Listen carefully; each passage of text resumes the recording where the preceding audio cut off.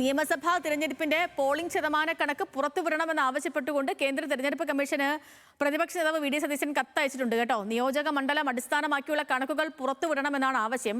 തിരഞ്ഞെടുപ്പ് പ്രക്രിയ സുതാര്യമാക്കണമെന്നും V D Satheesan ആവശ്യപ്പെട്ടു. വോട്ടെടുപ്പ് കഴിഞ്ഞ ദിവസങ്ങൾ പിന്നിട്ടിട്ടും ഔദ്യോഗിക കണക്കുകൾ പുറത്തുവിടാത്ത സാഹചര്യത്തിലാണ് കത്ത്. ദേവൻ വിശദാംശങ്ങളുമായി നമുക്കൊപ്പം തത്സമയം ചേർന്നുകൊണ്ട് തിരുവനന്തപുരത്ത് നിന്ന്. ദേവൻ, ഗുഡ് മോർണിംഗ്. ഈ പറഞ്ഞ പോലെ തന്നെ സാധാരണ തിരഞ്ഞെടുപ്പ് കഴിഞ്ഞ് നമ്മൾ ആ ദിവസം ഒരു നിശ്ചിത സമയത്തിന് മുന്നേ വരെയുള്ള കണക്ക് തിരഞ്ഞെടുപ്പ് കമ്മീഷൻ പുറത്തുവിടും.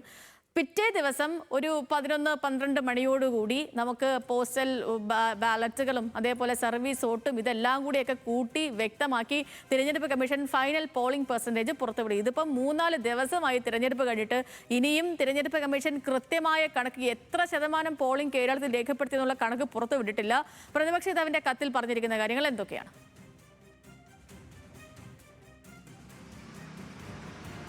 Sethu, good morning. തീർച്ചയായും തീവ്ര വോട്ടർ പട്ടിക പരിഷ്കരണം നടപ്പിലാക്കിയ ശേഷം നടന്ന ആദ്യ തെരഞ്ഞെടുപ്പാണ് സംസ്ഥാനത്തെ കേരള നിയമസഭയിലേക്കുള്ള തെരഞ്ഞെടുപ്പ് എന്ന് പറയുന്നത്. അതുകൊണ്ട് തന്നെ ഈ വോട്ടർ പട്ടിക പരിഷ്കരണത്തിന്റെ ഭാഗമായി വോട്ടർ പട്ടികയിൽ നിന്നും ഒഴിവാക്കപ്പെട്ട വോട്ടർമാരുടെ എണ്ണം വളരെയധികം ഉണ്ടായിരുന്നു. ഏകദേശം 4 ലക്ഷത്തിനടുത്തോളം വോട്ടർമാരെ ഇത്തരത്തിൽ വോട്ടർ പട്ടികയിൽ നിന്നും റദ്ദ് ചെയ്യപ്പെട്ടിട്ടുണ്ടായിരുന്നു. അതിന് പിന്നാലെ പുതിയ വോട്ടർമാരെ ഈ പട്ടികയിലേക്ക് ചേർക്കുകയും ചെയ്തിട്ടുണ്ടായിരുന്നു.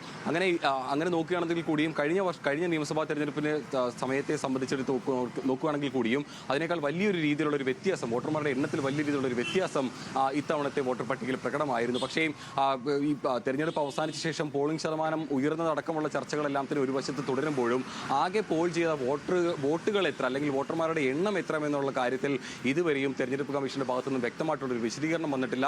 പ്രത്യേകിച്ച് മണ്ഡലം അടിസ്ഥാനമാക്കിയുള്ള കണക്കുകൾ വരേണ്ടതുണ്ട്.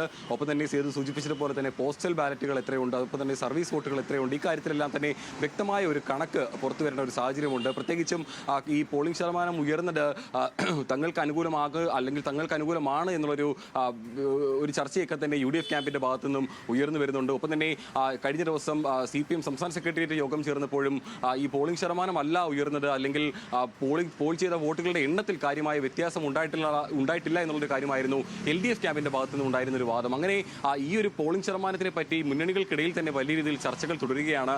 ഈ പോളിംഗ് ശതമാനം അല്ലെങ്കിൽ ആകെ പോൾ ചെയ്ത വോട്ടുകളുടെ എണ്ണം കൃത്യമായി രാഷ്ട്രീയ പാർട്ടികൾക്ക് ലഭിച്ചാൽ മാത്രമേ ഈ ഭരണം അല്ലെങ്കിൽ ഈ വോട്ടുകൾ എത്ര സ്ഥാനാർത്ഥിക്ക് ഓരോ ബൂത്തിലും അല്ലെങ്കിൽ ഓരോ മണ്ഡലത്തിലും എത്ര വീതം വോട്ടുകൾ ലഭിച്ചിട്ടുണ്ടെന്നൊരു ദേവൻ, ഈ പറഞ്ഞ പോലെ തന്നെ തെരഞ്ഞെടുപ്പ് കമ്മീഷൻ ഇതുവരെ പോളിംഗ് പെർസെന്റേജ് ഫൈനൽ പെർസെന്റേജ് പുറത്തുവിട്ടിട്ടില്ല. ഈ കത്തിന്റെ പിൻബലത്തിലെങ്കിലും ഇനിയെങ്കിലും പുറത്തുവിടുമെന്ന് പ്രതീക്ഷിക്കാം.